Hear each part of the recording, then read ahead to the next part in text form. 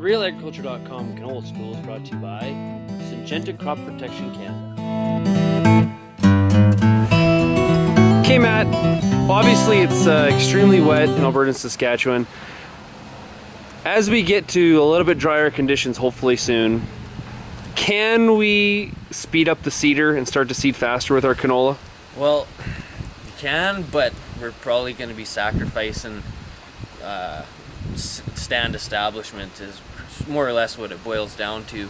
The faster you go, the more variation you're going to have in your seed placement, and so at the end of the day, if you're going to speed up, you probably should increase your seeding rate to make up for the amount of seeds that you're either going to be laying on top that aren't going to germinate or bury in too deep. That does vary based on what you've got for equipment. You've got a disc drill. You heard people, seeding 7 miles an hour, and it works fine for them. But based on your machinery, you've got to take into account what your limitations are in terms of speed of seeding, for sure. So really be careful. So if we're kind of up against time here, we're the last week of May. Next week's June. Mm-hmm. Ideally, we think our crop would be in by now. Yeah. So you're telling us maybe increasing the seeding rate is maybe one of the best steps to take. Yeah, and if you are going to speed up, doing that will help you sort of get into that recommended plant stand that you're looking for, 7 to 14 plants with canola, and then in the mid-20s with your cereals and wherever you're shooting for. But also, if you increase your seeding rate, that is going to be one way to sort of hasten maturity, I guess, as we go forward. Putting a good phosphate regimen on, that's going to sort of hasten your maturity as well.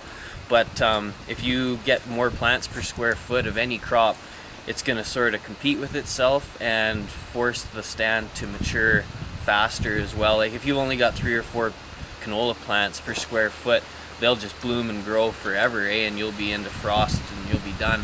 But if you can get that 10, 15 plants per square foot of canola, you're going to be, you're going to be mature a lot faster than the guys with the thinner stands are, for sure. So what if our canola is out of the ground and we're experiencing this kind of wet, cooler weather? Is there things we need to think about in that regard? Well, I guess the one thing with these saturated soils and the sheer amount of rain that we've had on these sandier soils and southern prairies, leaching could be a problem. So we might be pushing our soluble nutrients like your nitrogen and your sulfur down further into the soil profile where the plant can't get at it during this critical establishment phase. And on these heavier clay soils towards the foothills and north, the saturated soils are going to lead to denitrification and the loss of that nitrogen up into the atmosphere. So, potentially doing a broadcast, topping up your fertility here once we get dry enough to do so, and there's another rain in the forecast, or you've got the irrigation, you can top up your fertility. But I guess the only way you can really do that is to do a soil test again a little bit further into the future.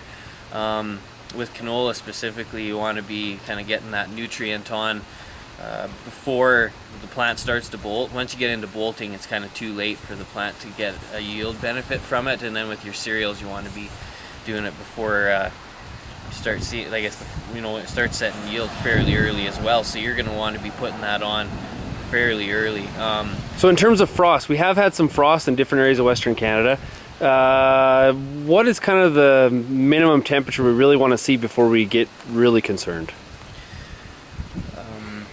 You mean like this spring or like later into the fall? Right now. If we're dealing with low temperatures right now, I guess with the temperatures being as cool as they are here for the last couple of days, if we get down below 0 a degree or 2 for a couple hours overnight, you're probably not going to be in too bad of a shape. I guess where we'll really run into problems is if it's 25, 30 degrees and that plant's just giving or growing, and then you get down a few degrees below 0 and that plant goes from growing gangbusters down to it hurts it real bad.